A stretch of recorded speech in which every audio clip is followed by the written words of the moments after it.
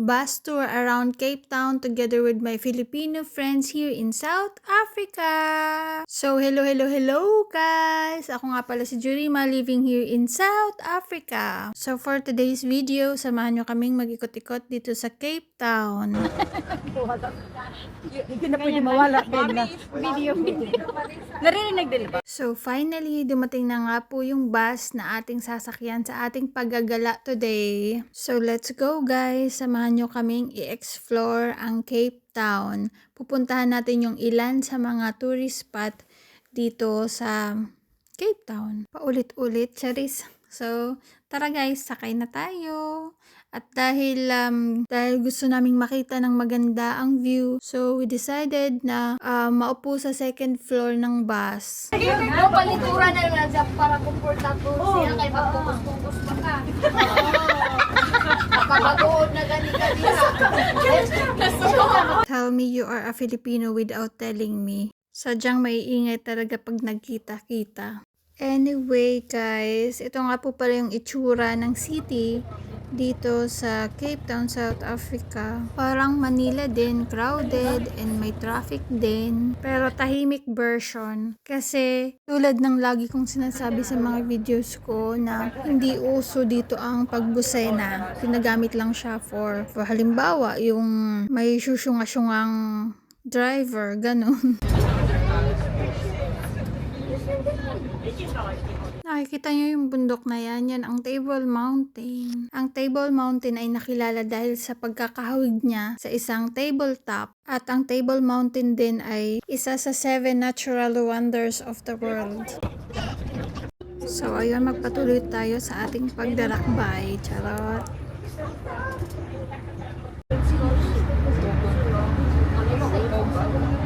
Ito naman yung ospital kung saan ginanap ang kauna-unahang human heart transplant in the world noong December 1967 sa pangunguna ng isang South African surgeon na si Dr. Christian Barnard. O diba, ang dami nyo na namang dagdag kaalaman. Charot!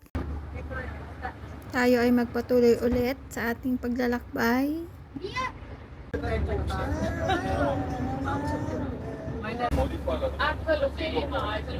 Dumaan pala kami dyan sa Kirstenbosch National Botanical Garden pero hindi na kami pumasok. Nag-drop lang yung bus namin ng pasahero na pupunta dito.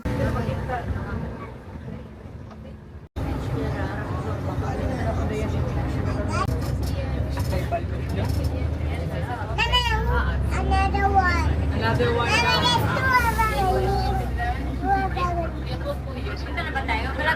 Oh, malapit na tayo. Last na magkain na tayo.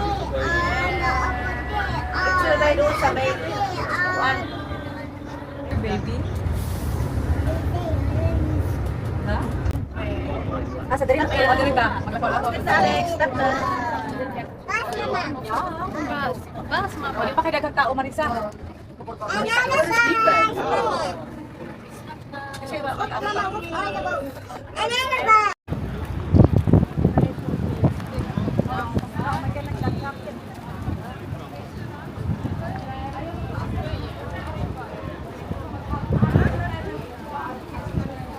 At dahil nagutom na kami dyan, dito kami sa Hot Bay kumain dito sa Mariners Wharf Harbor.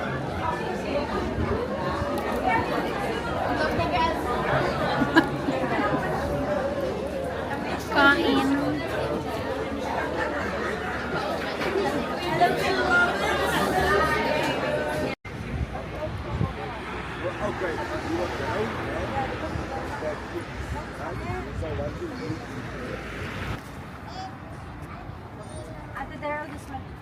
Check properly. Hihabulan mo ni sabi mo, check properly, na konsensya siya. Siyempre, nakita na ang Lagi. pamili. Hindi na Ang Hot Bay naman ay isa sa pinaka-busiest fishing harbors dito sa Western Cape na may itinatag na industriya ng mga tuna, snook, and then crayfish. Ang harbor din daw na ito ay tahanan ng Hot Bay Yacht Club and ilan sa mga restaurant. Proven and tested naman talaga kasi ang sasarap ng pagkain nila dito, lalo na yung mga seafoods, and hindi siya expensive. So, Ngayon ay pupunta naman tayo ng Camps Bay.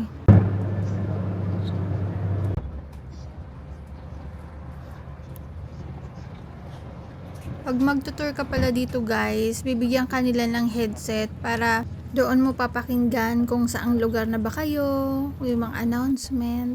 Ito pala guys yung 12 Apostles Mountain. Diba na?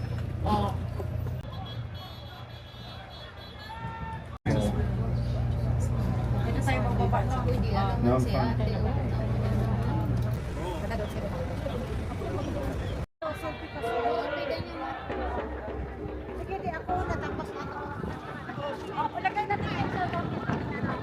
Dahil holiday nung pagpunta namin dyan, so madaming tao and also madaming activities na ginagawa sa kalsada. Mga nagda-dance sila, nagtutugtog mga sounds.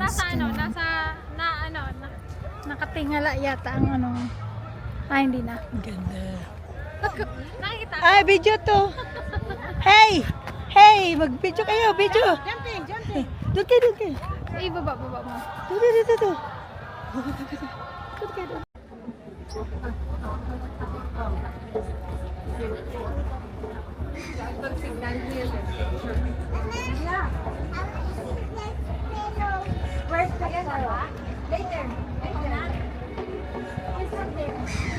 Ang Camps Bay naman, aside from pangmayaman na beach, kilala din ito sa may mga magagandang tanawin. Dahil mula dito, matatanaw mo yung 12 Apostles Mountain Range. Sabi nila, ang Camps Bay daw is a playground of it crowd. Whether you want to spend some times in the white sand beach or uminom ng alak and mag-chill sa bar. Diba nakakasosyal? Charot. Anyway, papunta na tayo sa next destination. Pangiting-ngiti na ang lola nyo dyan pero pagod na yan.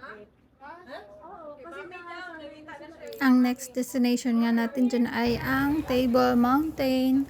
Pero hindi kami aakit sa tuktok. Magpipicture-picture lang kami sa baba niya. Nakaakyat na naman kami dyan dati and may gumawa na din ako ng video about Table Mountain. Ito yung view mula sa taas. Makikita mo yung buong city. Yung lahat na pinuntahan natin ngayon makikita mo dyan. May nakita ka kaming baboon. Sabi niya, let's go pet the baboon. Mag-pet.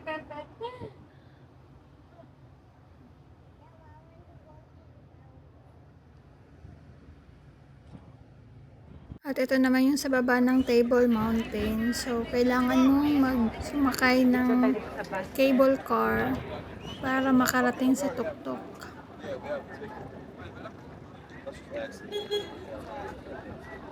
Next destination ay ang Waterfront. Dito may nakita kaming mga seal. Ang amoy niya ay parang aso pero ang ingay niya ay parang baboy.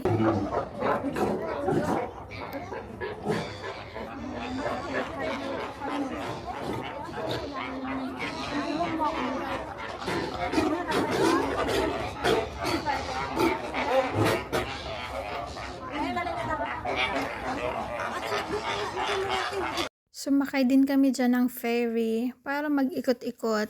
Pinakita lang sa amin dyan yung mga yate and yung mga ginagamit nilang boat sa pag-fishing. Meron kaming nadaanan na mabahong area, yung alam mo yung pambulok na isda na basta hindi mo maintindihan. Tinitingnan ko yung mga ibang South African, parang wala lang sa kanila, parang normal na amoy ba. Ito daw pala yung ginagamit nila sa pag-fishing na mga boat. Isa din sa mga lugar dyan yung mga pinag-iimbakan nila ng mga nahuli nila. Tapos from here, kitang-kita mo na naman ang table view sa likod. Tapos itong barko daw naman na to, ay ito yung ginamit pagpunta ng Antarctica for a research.